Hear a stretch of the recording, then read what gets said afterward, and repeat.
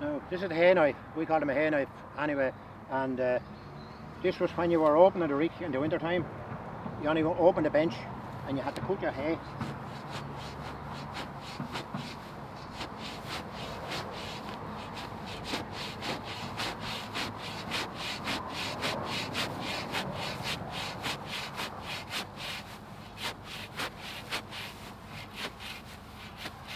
If you pull that out there, see there? See now? That's how you can separate. But a rick would have a straight wall like that. You pull this away, and that'd be a rick, and you have a big straight wall. And you cut that, and you went all the way to the ground. When that was gone, then you got your ladder and up on top again. Start again. Another 4 feet, and walk away with your hay knife. That saved you. You wouldn't be able to pull it out of the rick anyway. No, because it'd be that tight over that month. Now, if I that knife touch sheet sail, even this good up to cut that and it's soft like that. Yeah. Because the rick would be firm, like, you know. And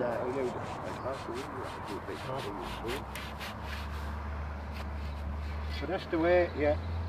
On the winters, that had warm you up on a winter's morning now. You're cutting a big bench of hay 2 or 3 times. Yeah. And at that then you had to carry your hay on your shoulder then, right around the yard to get it. So that's the... So a lot of the work has gone out the hay and feeding the animals today. It's all gone over. It's all gone out. It was all manual work. Manual is cut now with the big tractor and the flail cutter. Yeah. It's turned with the big hay turner, baled with a big baler. And a man comes along with his tractor and loader and throws the whole bale into a feeder. And that's the man with the fork and the man with the hay knife and all gone. Well, and then there's a problem comes with all this mechanisation too, is that it's nearly always a one-man job now as in the farm, where years ago there was always maybe a couple of men, depending on the size of the farm. There was 2 or 3 men working in the yard. Yeah. And now there's so much depending on one man. There's a lot of accidents are happening because everyone is working on their own. That's right. Where before there'd be always someone. And if something happens, there's plenty there on the spot. Yeah. But another thing about that, even on the busy day where you're putting in hay or threshing, there was a lot more people there, and it was a social gathering. That's where all these stories and yarns all started. Yeah. Goat stories and everything else. Yeah. Because in threshing at that time, you were going home across the fields at all hours of the night after finishing up and lying in the straw top.